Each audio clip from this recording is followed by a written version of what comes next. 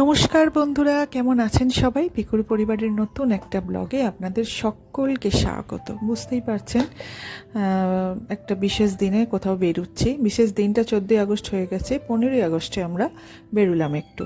এই দিনটাকে আরও বেশি স্পেশাল করে মনে রাখার জন্যেই এই আমাদের ছোট্ট একটা ট্রিপ।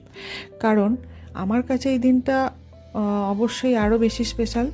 যতদিন বাবা মায়ের কাছে ছিলাম, যতদিন বাবা মায়ের ছত্রছায়ায় ছিলাম, ঠিক ততগুলো দিনই এই মানুষটার হাত ধরে এই মানুষটার কাছে, এই মানুষটার ছত্রছায়ায় রয়েছে। অবশ্যই এরপরে বাকি দিনগুলোর যতদিন এখানে থাকবো ততদিন এই দিকের পাল্লাটা অবশ্যই ভারী হবে।